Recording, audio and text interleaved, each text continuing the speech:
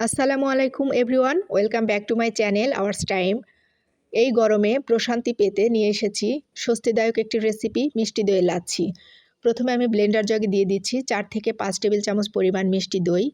আর এখন এতে অ্যাড করে দিব আধা কেজি ঠান্ডা জাল করে রাখা ঘন দুধ। টেস্ট বাড়ানোর জন্য আরও নিয়ে নিচ্ছি 2 থেকে 3 টেবিল চামচ পরিমাণ গুঁড়ো দুধ। দিয়ে দিচ্ছি 4 টেবিল চামচ পরিমাণ চিনি। চিনিটা আপনারা আপনাদের পরিমাণ মতো দিতে পারেন। আর লাস্টে দিয়ে দিচ্ছি কয়েক টুকরো বরফ। বরফটা দেওয়া হয়ে গেলে আমি খুব ভালোভাবে এটাকে ব্লেন্ডারে ব্লেন্ড করে নেব।